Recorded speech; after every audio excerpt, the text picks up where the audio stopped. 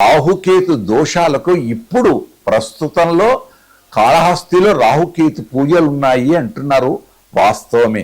కానీ ఎక్కడైనా ఏ దేవాలయంలో అయినా రాహుకేతువులకు కారణం రాక్షసులు.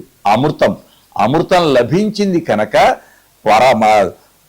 సుదర్శన చక్రంతో రాహువుగా కేతువుగా ఉపగ్రహాలుగా ఏర్పడ్డాయి.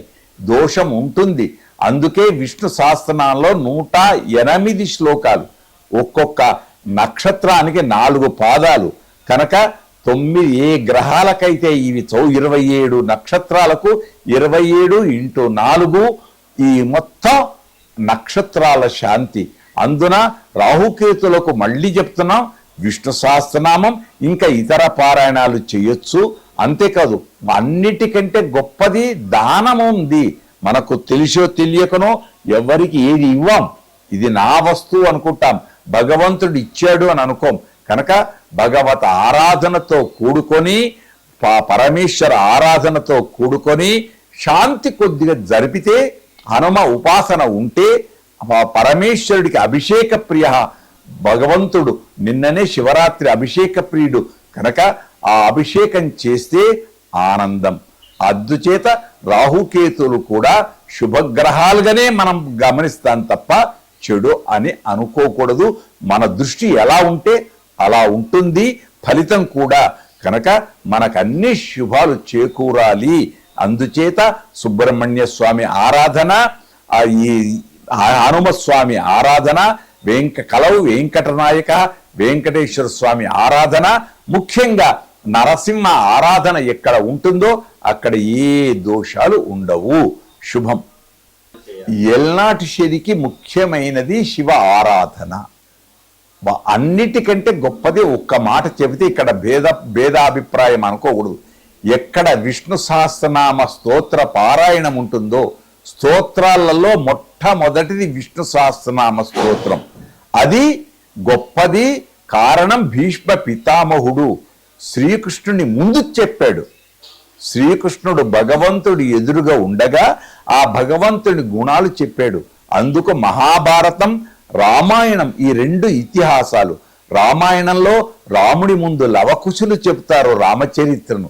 ఇక్కడ కృష్ణుని ముందు భీష్ముడు చెప్తాడు కృష్ణ వైభవం, నారాయణి వైభవం. విష్ణు సహస్రనామం స్తోత్రం రోజు ఏ ఇంటిలో జరుగుతుందో, ఏ ప్రాంతాలలో ఏ దేవాలయాలలో జరుగుతాయో అది వైభవం. అంతే, ఒక్కసారి కాదు, నిరంతరము జరగాలి. అప్పుడు ఏ రాశి ఫలమైనా శుభం చేకూరుస్తుంది. అంతేకాదు ఏలనాటి శని అనేది 7.5. శనికి ఒక పేరు మందగమనుడు ఆయన.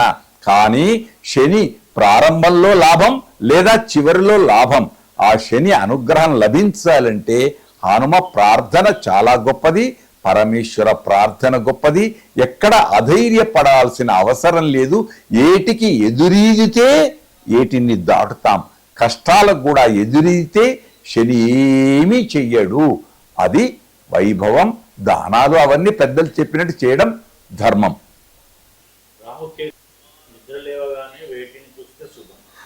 అంతేకాదు నిద్ర లేవగానే అనగానే ఒకటి గొప్ప. ఏ దేవాలయానికి వెళ్ళినా ఆ దేవాలయంలో దేవుడి ముందు అద్దం ఉంచేస్తాం. తనను తాను చూసుకుంటే చాలు, గొప్ప వైభవం. చెడు ఉండదు, నరఘోష ఉండదు, దృష్టి దోషం ఉండదు. అంతేకాదు ఖరాబ్ది చెయ్యిని, ముఖ్యంగా చేతిలో అరచేతిలో దానం చేసే చెయ్యి. ఈ దానం చేసే చేతిలో ఎవరుంటారు? లక్ష్మి ఉంటుంది. ఆ లక్ష్మిని దర్శనం చేసుకుంటే, తన అరచేతిని తను చూసుకుంటే లక్ష్మీ దర్శనం. తన ఇంట్లో నుంచి బయటకు వెళ్ళేటప్పుడు తులసి వృక్షాలను, దేవ వృక్షాలను దర్శనం చేసుకొని దండం పెడితే వృక్ష ఆరాధన అన్నిటికంటే గొప్పది.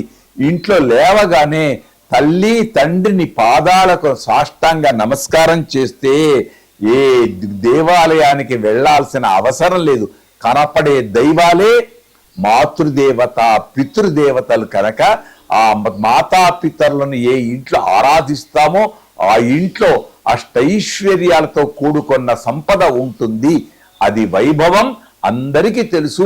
ఇది మహాభారతంలో గొప్పనైన చరిత్ర ఉంటుంది. విందాం, తెలుసుకుందాం. శుభం.